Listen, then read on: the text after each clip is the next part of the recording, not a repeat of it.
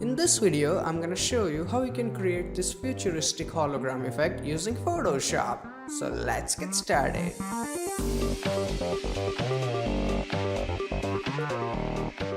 Hey, what's up guys, Dhruval here, and as you can see this is the final output. Now for this tutorial I will be using this stock photo that I found on deviantart.com, and if you want to use the same photograph, the download link is in video description, so feel free to use it. So my photo is already open, and the first thing I want to do is go and select my crop tool here, and after that I'm gonna make my canvas a little bit bigger from this side and this side, so that when we make those zigzag lines we have enough space. So after that I'm gonna go and confirm it from here. Now we need to cut her out from the background, so for that go and select your quick selection tool from here and make a rough selection of her.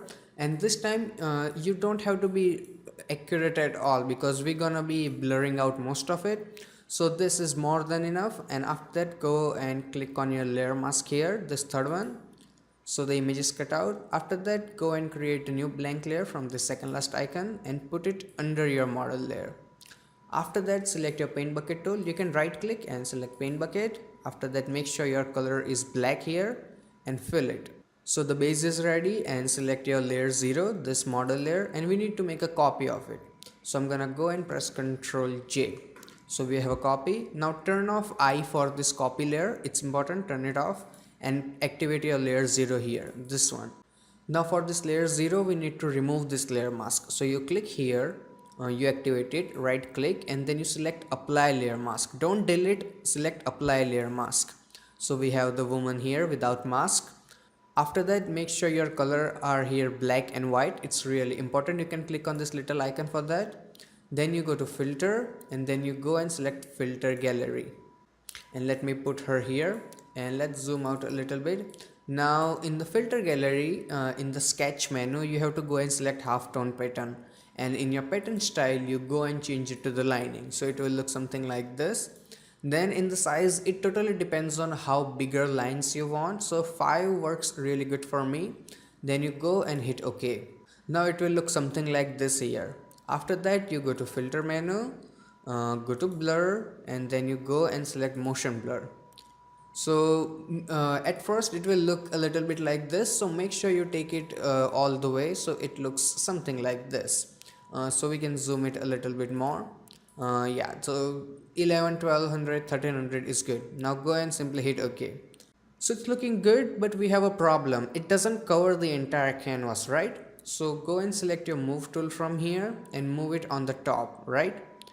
Now we need to make a copy of it. So make sure you have selected layer 0, then you press Ctrl J. So we have a copy.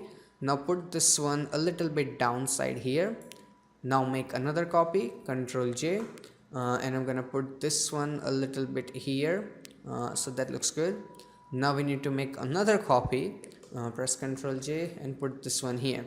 So we have covered the entire area, but there is no point of keeping all this 4 layer.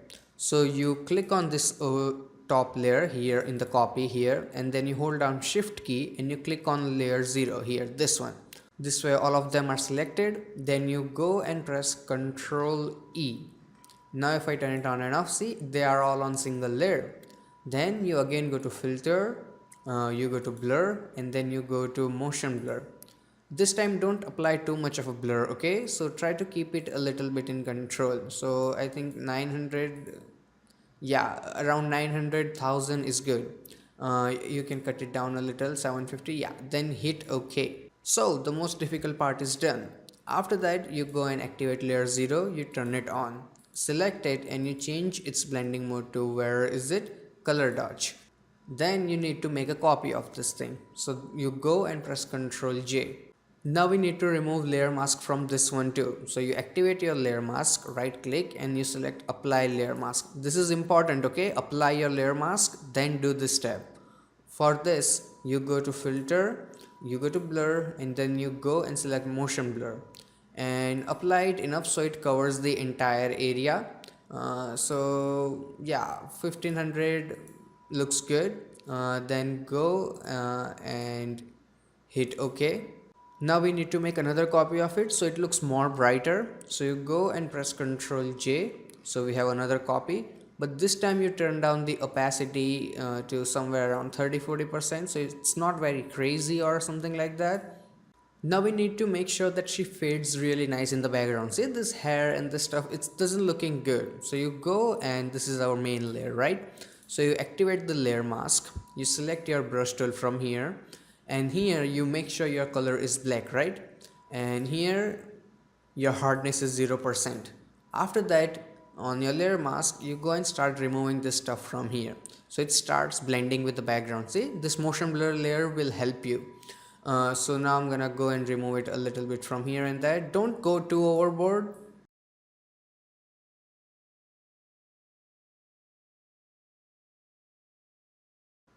Now after this, go and create a new adjustment layer on top of everything, and you go and select vibrance and make it colorful, pretty damn colorful. Okay, something like this. We will need this, so 80% looks good. Then you go and create a new blank layer from here. You go and also make sure it's black and white here, right? Then you go to filter, you go to render, and then you select clouds. Once your clouds are ready, you go to filter, blur, and then you go and select motion blur. Somewhere around 1400-1500 is working good for me, and then go and hit OK. Now go and change its blending mode to color dodge. Now it's obviously way too bright, so you go and change the opacity to somewhere around like 50% or something like that. Yeah, that's looking pretty good. Now it's time to create the sparkles, and to do that you go and create another blank layer, select your paint bucket tool, and your color is black, fill it.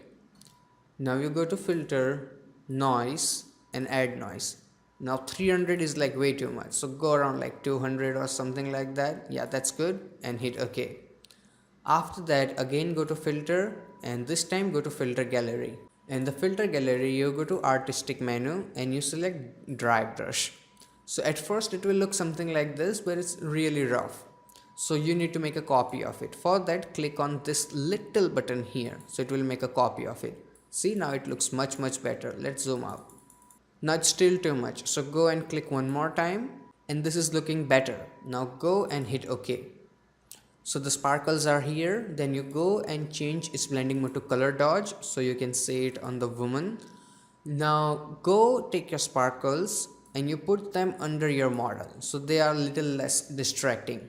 Then you go to filter, you go to blur, and motion blur, but this time make sure it's minimum, not too much. See, I think this one 16-15, yeah, that looks good, and hit OK. After that, go and create another new blank layer, and make sure this layer is under your original model layer here, right? This one, blank layer. Then you select your brush tool, and you change the color to white, and make sure it's fairly big. This big should be good. You do a click here, a little bit of click here. Then you go to filter, blur, motion blur. That's a lot of motion blur, and then you apply a lot of blur. So this looks good, hit OK, and then change its opacity to somewhere around like 30% or something until it looks good. So 25 looks good. Turn it on now. Yep. So the effect is almost ready, and now we need to apply adjustment layer. So for that, I'm gonna go and in adjustment layer select my favorite curves, and make sure your curves is on top of everything. So in the curves, I'm gonna make it a little bit brighter from here, that like that, and then I'm gonna crush it down here so we can get rid of unnecessary white area. So this is your choice, how much do you like, how much you don't. So I think this works good for me. Then you go to your red, and here I'm gonna add a little bit of blue. So see, the white looks much better now. Then I'm not gonna do anything in green, direct blue.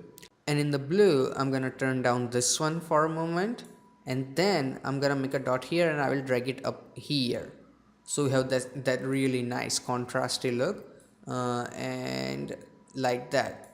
And now we can go and close it. Now for some reason your effect is too much bright, you can do two things. Your main layer, this one with the strokes, you go and turn down opacity of that if you like little less bright, or you can go and select your cloud layer and you can turn down opacity for that. You have two options to control your brightness. And I also want to make my strokes a little bit smaller because they are way too big. So I'm gonna select my strokes, press Ctrl T, hold my Alt key, and I'm gonna make them a little bit smaller. Go and confirm it. So yeah, that's it, and this is the final output. And let me zoom in a little bit so you can have a better look. So this is the final output, and I can move it a little bit on top so I don't have that dark portion on the face here. Yeah, so perfect. So that's it. And I really hope that you guys learned something from this video, and if you did, hit that like button. And if you have any kind of questions or suggestions, feel free to ask me in the comment section below. Till then, goodbye, take care, and have some fun with Photoshop.